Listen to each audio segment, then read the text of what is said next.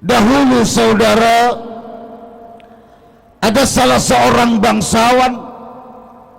Ia memiliki istana yang sangat indah. Dia memiliki rumah yang sangat megah.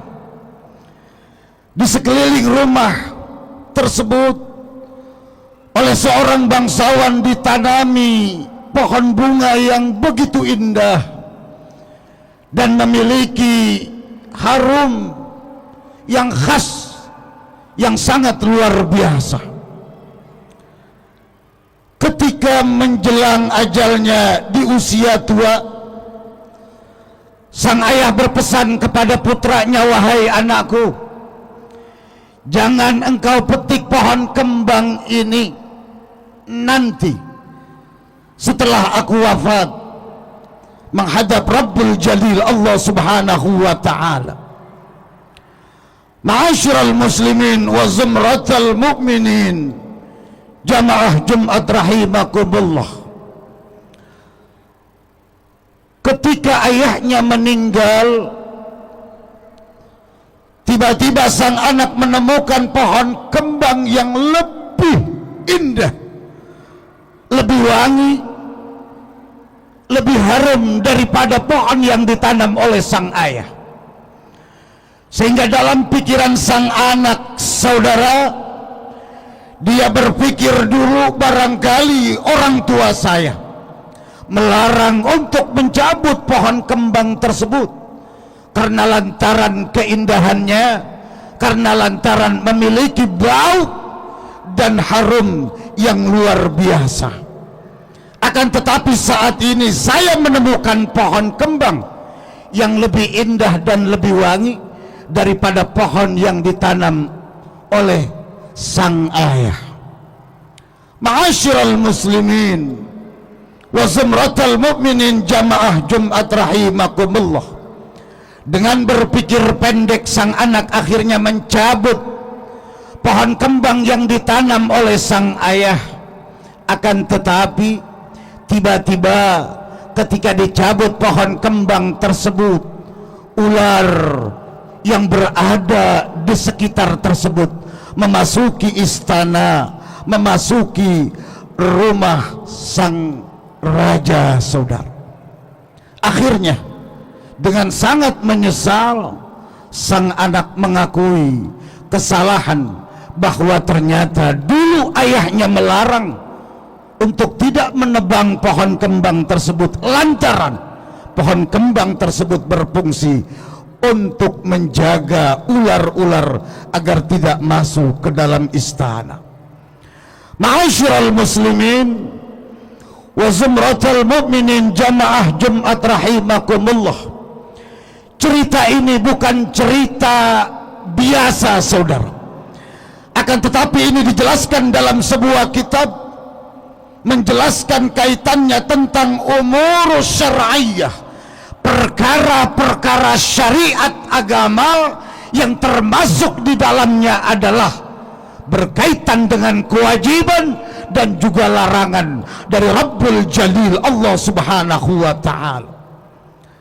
Kaitannya dengan perintah, terkadang Rabbul Jalil Allah Subhanahu wa ta'ala jelaskan di dalam Al-Quran apa itu hikmah dan manfaatnya, dan juga Allah jelaskan kaitannya dengan mudarat.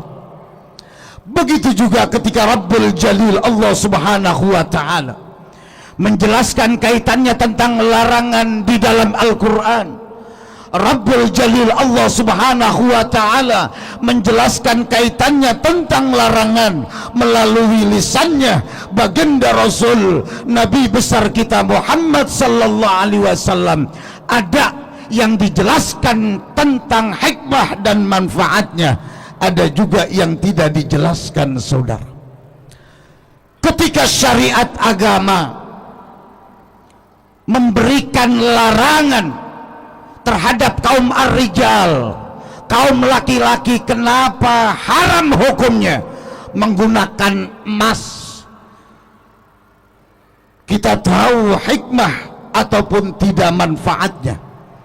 Maka sebagai mukminuna haqqa, sebagai seorang mukmin yang benar-benar mukmin, maka yang kita lakukan adalah sami'na wa ata'na.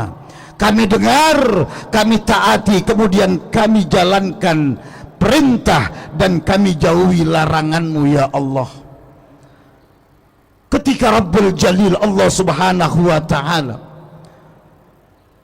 mengundang, menjamu Rasulullah sallallahu alaihi wasallam dalam peristiwa Isra wal Mi'raj, kemudian mendapatkan perintah kaitannya dengan ibadah salat, terutama bilangan jumlah rakaat salat tidak masuk akal menurut kita.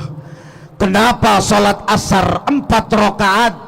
Kenapa salat zuhur 4 rakaat? Kenapa salat maghrib 3 rakaat? Kenapa salat subuh 2 rakaat? Masuk akal ataupun tidak masuk akal? Maka yang mesti kita lakukan adalah sami'na wa ata'na. Kami dengar, kami taati, kemudian kami jalankan perintahmu. Secara logika saudara, yang paling enak sholat itu jumlahnya seluruhnya 2 rakaat saudara.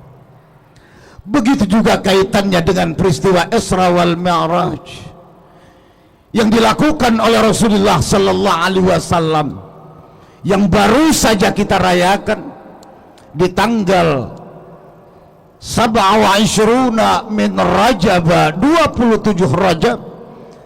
Masuk akal ataupun tidak masuk akal, maka sikap kita sebagai mukminun haqqa, sebagai seorang mukmin yang benar-benar beriman, maka yang mesti kita lakukan adalah sami'na wa ata'na. Kami dengar, kami taati, kemudian kami imani. Ma'asyiral muslimin wa zumratal mu'minin, jamaah Jumat rahimakumullah. Dalam urusan agama ada yang bersifat ta'akuli, masuk logika kita, tapi terkadang ada juga yang bersifat ta'abudi, taruh akal kita di bawah telapak kaki kita. Gunakan keimanan, gunakan keyakinan kita dalam rangka memahami apa-apa yang ada yang merupakan bagian min umuri syar'iyyah. Sayyidina Ali karramahullahu wajhah mengajarkan kepada kita dalam urusan beragama. Kata beliau, "Lau kana dinu birra'i lakana asfalal khuffi aula bil mashi." Kalau seandainya urusan agama itu selalu masuk akal, lalu bagaimana kaitannya dengan khuf, yang kaos kaki yang terbuat dari kulit yang digunakan oleh orang-orang yang berada di iklim yang sangat dingin? Syarat mutlak, rukun, ketika menggunakan khuf wajib dalam keadaan suci saudara. Akan tetapi ketika batal wudunya, kemudian dia menggunakan khuf, maka cukup yang dibasuh atasnya. Secara logika yang digunakan berjalan adalah telapak kaki.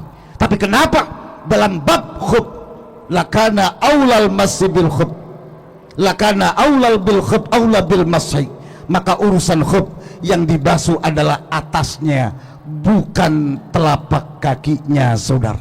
Sehingga beragama jangan selalu memaksakan harus masuk akal, akan tetapi terkadang kita mesti sami'na wa ata'na, kita taat, kita dengar, kita taati, kemudian kita jalankan, walaupun itu istilah orang Arab disebut dengan ghairu ma'qul, tidak masuk akal.